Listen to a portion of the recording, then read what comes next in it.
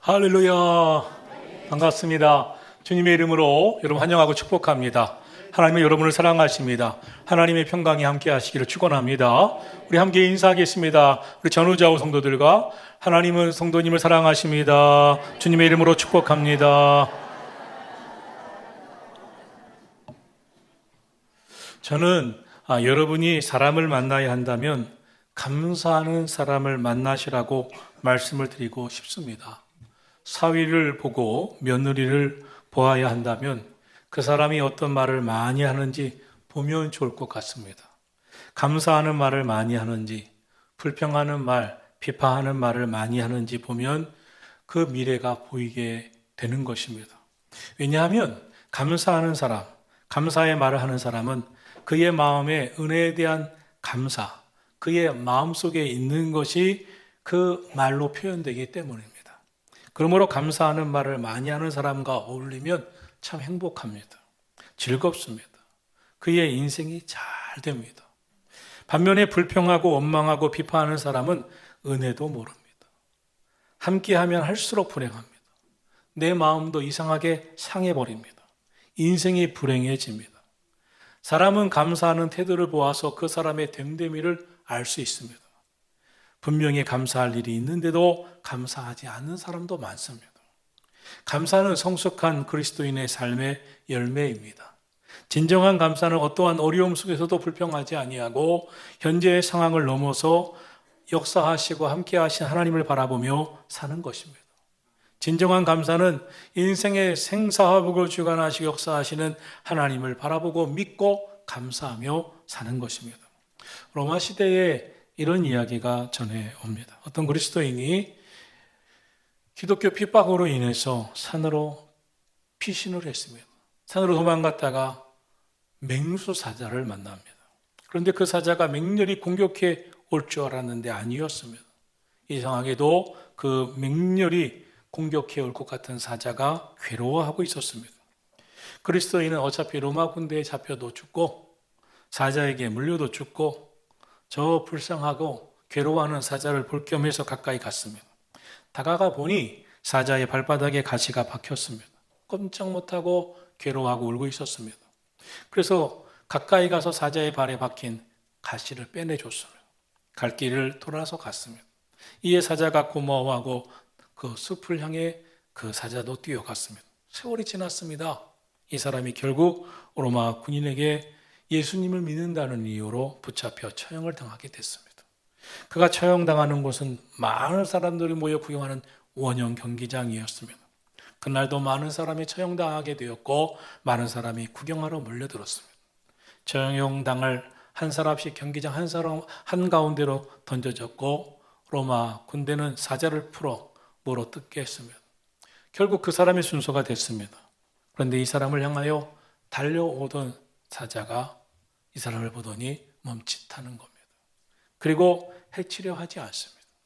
가만히 보니 전에 산에서 만난 그 사자였습니다. 참 신기합니다. 그 사자가 자기에게 은혜를 베푼 사람을 알아봤습니다. 한참이 되어도 사자가 그를 잡아먹기보다 온순하게 아주 웃는 얼굴로 고마운 얼굴로 쳐다보기만 했습니다. 그때였습니다. 관중들이 놀랐습니다. 환호를 합니다. 이 사람 보통 사람 아니다. 사자도 알아볼 정도로 훌륭한 사람이다. 살려줘야 한다. 살려줘야 한다 소리치면 그래서 그는 살아남습니다. 실화인지 아닌지 확인되진 않았지만 짐승도 은혜를 알고 감사한다는 교훈을 가르쳐주는 이야기입니다. 짐승도 감사할 줄 아는데 사람이 감사하지 않는다면 짐승보다 더 못한 인생일 수밖에 없다는 것입니다. 오늘 주신 말씀에는 성숙한 감사의 사람이 나옵니다. 감사할 만한 일이 하나도 없었습니다. 감사할 일들을 찾아봐도 눈 씻고 없었습니다. 그런데 차원 높은 성숙한 감사를 올려드립니다. 그가 하박국 선지자입니다. 하박국 선지자는 평안한 가운데 예언했던 그런 삶을 산 사람이 아닙니다. 무엇을 많이 가져서 감사하고 있는 사람은 더더욱 아닙니다. 그런 힘든 시대, 어려운 시대, 큰 위기의 시대, 그가 속한 유대 나라가 곧 멸망당할 시대에 그는 살고 있었습니다. 더군다나 그런 선지자였습니다. 수많은 유대 백성들이 그 시대의 위기를 알지 못하고 하나님을 떠났습니다. 말씀에 불순종했습니다. 그들을 향하여 힘들게 예언을 하고 돌이키려고 선지자의 역할을 했습니다. 그런데 하나님께서 이들 가운데 심판이 곧 있을 것이라고 하는 환상을 그에게 보여주시고 주의 음성을 들려주십니다. 그때 그의 삶이 얼마나 힘들었는지 모릅니다. 더군다나 당시의 주변을 보면 필요한 것들은 하나도 없었습니다. 모든 것이 불행했습니다. 그런데 오늘 본문에서 선지자 하박국이 감사 찬양을 올려드립니다. 정말 이 감사 찬양은 차원 높은 성숙한 감사라고 할 수 있습니다. 저는 이 하박국 선지자의 감사를 보면서 저도 여러분도 본받게 되기를 주의 이름으로 축복합니다. 하박국처럼 차원 높은 감사를 드리며 성숙한 믿음을 가지고 살아가는 성도들이 되시기를 예수님의 이름으로 축원합니다. 그러면 하박국 선지자의 감사는 어떤 감사였을까요? 첫째로 고통과 어려움과 환난 중에 드린 감사였습니다. 16절 말씀을 다 같이 보겠습니다.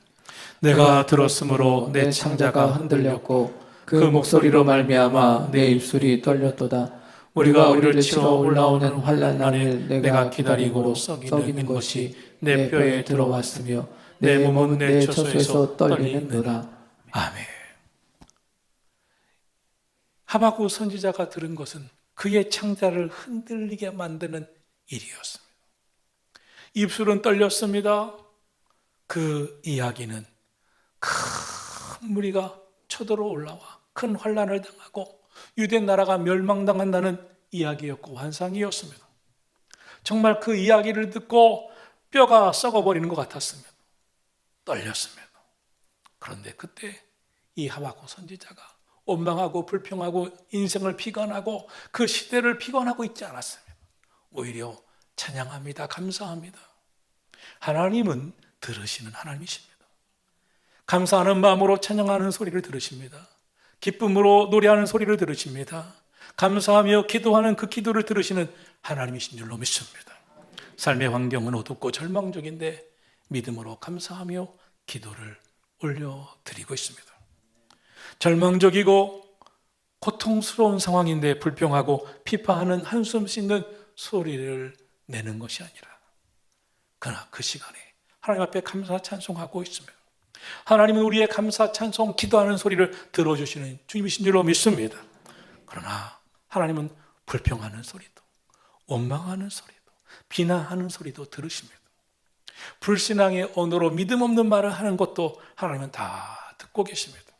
그리고 하나님이 말씀하셨습니다. 너희 말이 내 귀에 들린 대로 너희에게 행하리라. 너희 말이 내 귀에 들린 대로 너희가 어떤 말을 하든지 내 귀에 들린 대로 내가 너희의 삶에 그대로 행해야 할 것이다. 감사하며 사는 인생에는 감사할 일들이 넘쳐날 줄로 믿습니다. 찬송하고 기도하는 성도들의 삶에는 찬송하고 기도하는 응답의 역사가 임할 줄로 믿습니다. 불평하고 원망하고 비난하고 비판하는 사람들의 삶에는 그의 삶에 핀판받을 일들이 가득하고 그의 삶에 원망스러운 일들이 가득하게 된다는 것입니다. 성경은 하나님을 이렇게 말씀합니다. 여호와 이레의 하나님. 여호와 이레의 하나님은 준비하고 계신 하나님, 예비하고 계시는 하나님이시라는 뜻입니다. 하나님 우리에게 은혜를 예비해 주시고 축복의 응답을 준비해 놓으신 하나님이십니다. 그리고 우리가 성숙한 믿음으로 성숙한 감사로 올려드리기를 기대하며 하나님의 은혜와 복을 하늘 문 열어 부어주실 날을 기다리고 계시는 여호와 이레의 하나님이신 줄로 믿습니다. 여호와 이레의 하나님, 오늘 저와 여러분이 감사하며 찬송하며 기도할 때 하나님은 응답하십니다. 여호와 이레로 응답하십니다. 성경은 거울의 역할을 한다고 합니다. 성경을 통해서 우리는 많은 사람의 모습을 볼 수가 있습니다. 그리고 내가 누군지, 내가 어떻게 살고 있는지, 내가 어떤 모습으로 살고 있는지, 어디에 있는지 성경의 다양한 믿음의 사람을 통해서 또 불신앙의 사람을 통해서 내가 믿음의 사람이구나, 내가 불신앙의 사람이구나, 그것을 보여준다는 겁니다. 성경에는 교만한 사람도 있습니다. 반면에 겸손한 사람도 있습니다. 성경에는 기도하는 사람이 있습니다. 반면에 원망하고 불평하는 사람도 있습니다. 성경에는 그 어려운 순간, 괴로운 순간에도 또 항상 감사하며 사는 사람이 있습니다. 그런데 좋은 환경에서도 불평하면서 불만이 가득한 삶을 사는 사람들도 있습니다. 성경에서 오늘 우리의 삶에 거울처럼 보여주는 수많은 사람들이 있는데 여러분은 모세입니까? 광야에 원망하는 사람들 중에 하나입니까? 여러분은 아벨입니까? 아니면 가인입니까? 여러분은 다윗입니까? 아니면 사울 왕입니까? 여러분 베드로입니까? 아니면 가룟 유다입니까? 불평과 원망은 상황에 반응한 겁니다. 절망과 짜증과 혈기는 우리의 상황 속에서 일어나는 것입니다. 그러나 원망한다고, 절망하고 짜증을 낸다고, 혈기를 낸다고 삶이 달라지지는 않습니다. 원망이 있는 한, 오히려 불평하는 한 그의 삶은 끝없이 광야와 같은 고통이 계속됩니다. 원망과 불평은 하나님의 백성의 모습이 아닙니다. 하나님의 백성은 다릅니다. 하나님의 하나님 되심을 믿고 인정하고 하나님께 간구합니다. 하나님, 내 인생이 정말 고통스러울 정도로 힘듭니다. 그러나 하나님이 역사하실 것을, 하나님이 하나님 되심을 믿기에 기도하며 나아갑니다. 주여 말씀을 주시옵소서. 우리 삶을 살다 보면 예상치 못하고 예측하지 못했던 일들이 일어납니다. 세상을, 그래서 인생을 광야와 같다고 말합니다. 광야는 안전하지 않습니다. 무슨 일이 일어날지 예측할 수가 없습니다. 그러므로 이 광야와 같은 세상, 광야 같은 인생을 사는 성도의 삶에 믿음 없이는 살 수가 없습니다. 전능하신 하나님을 믿고 하나님께서 인도하신다는 것을 믿고 하나님을 의지하고 살아야 합니다. 사람은 어떻습니까? 절망합니다. 왜 사람은 절망합니까? 미래를 알지 못하기 때문입니다. 사람은 왜 염려합니까? 연약하고 또 근심이 많기 때문입니다. 그러나 하나님은 다르십니다. 전능하신 창조주 하나님이 되심을 믿으시기를 축원합니다. 그러므로 하나님 믿는 사람은, 하나님의 살아계심을 믿고 전능하심을 믿는 사람은 그 믿음이 내 마음에 들어오는 순간부터 소망이 생기기 시작합니다. 믿음이 생깁니다. 소망이 생기자, 믿음이 생기자 오늘날부터 찬양이 마음에서부터 나옵니다. 삶에 어려움이 생기면 기도합니다. 삶에 어려움이 생기면 기도하다가 희망을 찾습니다. 하나님 주신 마음으로 감사하고 그 은혜를 높여 올려드립니다. 그런데 이상하게 감사하고 기도할 때 삶에 하나님의 은혜가 임하는 줄로 믿습니다. 이스라엘 백성들이 출애굽의 지도자 모세를 따라 출애굽하고 광야길을 걸어갔습니다. 이제 곧 가나안 땅에 도착할 것입니다. 그런데 그들이 원망하고 불평하는 동안 광야 생활은 뺑뺑뺑뺑뺑뺑 돌면서 40년을 돌고 말았습니다. 원망과 불평이 그치지 않는 그 순간 광야를 계속 돌 뿐이었습니다. 그런데 그 백성들이 원망하고 불평하면서 그 광야에서 가나안 복지에 도착도 못하고 다 세상을 떠나고 여호수아와 갈렙처럼 믿음의 말을 하고 감사하는 말을 하는 여호수아와 갈렙과 다음 세대가 일어나고 그들의 입에서 더 이상 원망이 불평이 사라지는 것을 보는 순간 광야의 시간은 끝이 났습니다. 원망과 불평이 감사로 바뀌었을 때 광야는 끝이 나고 가나안 복지가 그들 앞에 임한 줄로 믿습니다. 감사는 우리의 상황과 환경에 반응하는 게 아닙니다. 감사는 하나님에 대한 태도입니다. 어떤 상황에서도 하나님을 바라보면 감사하면서 인생의 광야를 통과하는 것입니다.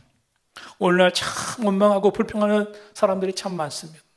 원망, 불평하며 사는 것은 하나님과의 관계, 믿음의 관계가 올바르지 않다는 것입니다.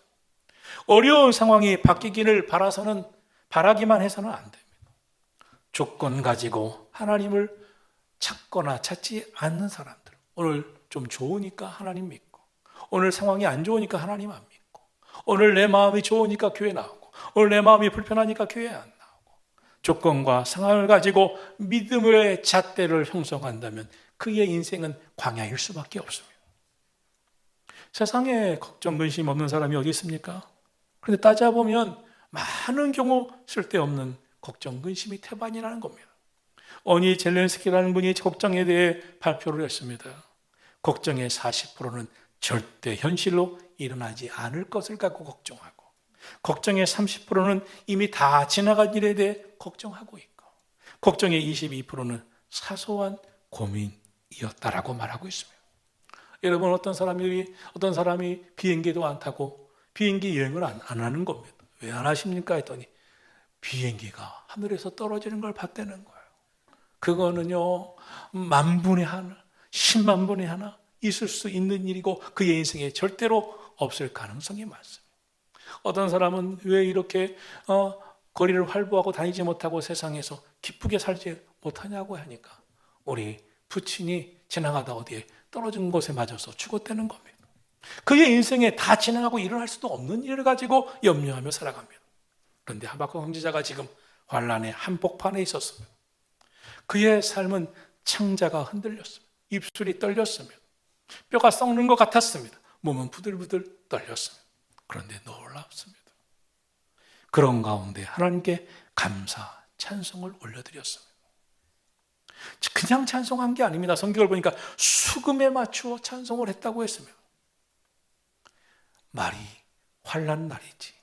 이제 곧 전쟁이 들이닥치고 바벨론 군대의 말바굽 소리가 들려오고 유대 나라는 또 그의 생명은 어떻게 될지 모르는 아주 경각에 서 있는 것입니다. 그런데 그때 감사합니다. 찬양합니다. 이렇게 고백하고 있습니다. 참 놀랍습니다. 정말 성숙한 믿음을 가진 사람만이 할 수 있는 차원 높은 감사인 줄로 믿습니다. 오늘 우리에게 이런 성숙한 믿음이 있어야 합니다. 모든 일이 잘 되고 평안할 때 누가 감사하지 못하겠습니까? 그것도 못한다면 사람이나 할 수 없을 겁니다. 환경을 초월하여 범사에 감사하는 믿음의 삶을 살아가시는 성숙한 감사의 성도들이 되시기를 축원합니다.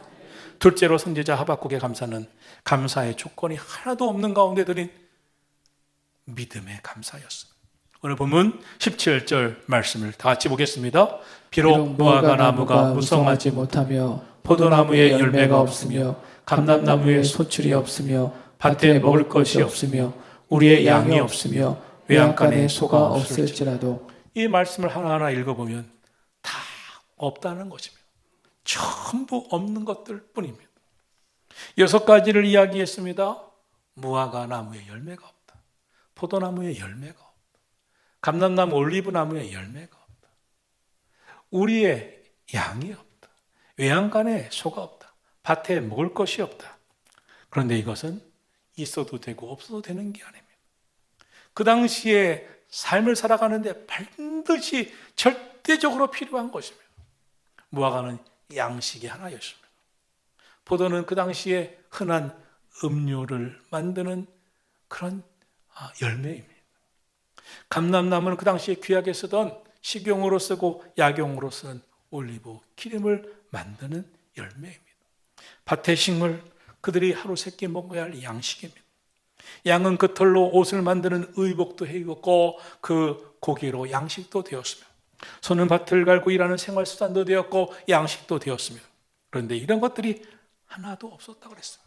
없고 요즘 말로 말하면 쌀독에 쌀도 떨어지고 옷장에는 옷 한 벌 없고 자동차를 움직이고 또 오토바이를 움직일 때 휘발유 기름이 다 떨어지고 주머니에는 돈도 통장에는 잔고도 다 바닥에 났다는 것입니다. 여러분, 이 같으면 어떻게 하시겠습니까? 이런 때에도 감사할 수 있겠습니까? 아마 이런 상황이라면 많은 사람들이 불평하고 원망하고 스트레스로 쓰러지는 사람도 있을 겁니다. 그러나 하박국이 오늘 우리들에게 하나의 신앙의 거울이 되어 이렇게 믿음으로 살아야 되지 않겠느냐고 도전하고 있습니다. 이런 때에도 차원 높은 성숙한 믿음의 감사를 드리는 선지자 하박국을 통해서 오늘 하나님은 우리를 차원 높은 성숙한 믿음의 감사의 삶을 살라고 이끄심을 믿으시기를 축원합니다. 우리가 다 풍부하고 다 갖추어져 있을 때 누가 감사하지 않겠습니까? 그런 때 감사하지 못하는 사람은 정상적이지 않을 겁니다. 그러나 환경과 조건이 그렇지 못한데 감사하고 있어요. 정말 차원이 높아요. 정말 성숙해요. 살다 보면 우리 삶에 마음에 콕 드는 것도 있지만 마음에 안 드는 게 투성일 때도 있습니다. 우리 인생에는 만족할 수 없는 게 많습니다. 하나님께서는 우리와 하나님과의 관계가 더 깊어지기를 원하십니다. 조건이 나아지고 행복해진다면 그의 인생이 온전한 성공은 아닙니다. 어떤 상황에서도 믿음으로 하나님 바라보고 사는 것, 어떤 상황 속에서도 믿음으로 기도하며 사는 것, 예배하며 사는 것, 어떠한 상황이 내게 온다고 해도 하나님 바라보면서 믿음으로 감사하며 사는 삶, 거기에 행복이 있는 줄로 믿습니다. 왜냐하면 여러분의 가정에도 좋을 때 있지만 안 좋을 때 또 있지 않습니까? 안 좋을 때마다 원망하고 불평하고 싸운다면 그 인생이 되겠습니까? 얼마나 불행하겠습니까? 상황이 어려워진 것으로 인해서 불평한다면 원망한다면 여전히 세상에, 이 광야와 같은 세상에, 희망 없는 세상에 거하는 것밖에 되지 않습니다. 여러분, 우리는 하나님 믿고 살아야 합니다. 하나님의 주권을 믿고 인정해야 합니다. 우리의 인생에 어려움이 와도, 우리의 인생에 어떤 상황이 와도 하나님께서 선하신 뜻 가운데 모든 것이 합력하여 서로 이루실 줄로 믿습니다. 이 믿음으로 살아가기를 예수님의 이름으로 축원합니다. 하나님을 신뢰하시기 바랍니다. 하나님을 믿고 감사하시기를 바랍니다. 하나님 되심을 인정하시기를 바랍니다. 감사는 모든 일에 대한 하나님의 선하신 역사를 기대하는 겁니다. 요셉을 한번 보세요. 요셉은 피부친 형들에 의해 노예로 팔려갑니다. 참 노예로 팔려가서도 열심히 살아냈는데 모함을 받아 감옥에 들어갑니다. 성경은 신기합니다. 그런 삶을 살던 요셉의 입에서 한 번도 불평하지 않고 원망하지 않고 하나님 앞에 이럴 수 있느냐고 따지지 않습니다. 그는 하나님의 주권을 믿습니다. 어떤 상황 속에서도 하나님께서 역사해 주시고 또 다른 하나님의 은혜가 있을 것을 믿고 기대했습니다. 하나님께서 함께 하실 것을 믿었습니다. 그리고 그가 형들을 만납니다. 그때 이렇게 말합니다. 형님들은 나를 해치려 하였지만 하나님은 그것도 선으로 바꾸사 오늘과 같이 많은 백성의 생명을 구원하게 하셨나니. 할렐루야. 그는 하나님을 믿었습니다. 그의 삶에 하나님의 절대 주권을 믿었습니다. 하나님 믿고 나아갔습니다. 그래서 원망도 불평도 하지 않았습니다. 여러분, 대부분의 사람들은 상황이 좋아지기를 바랍니다.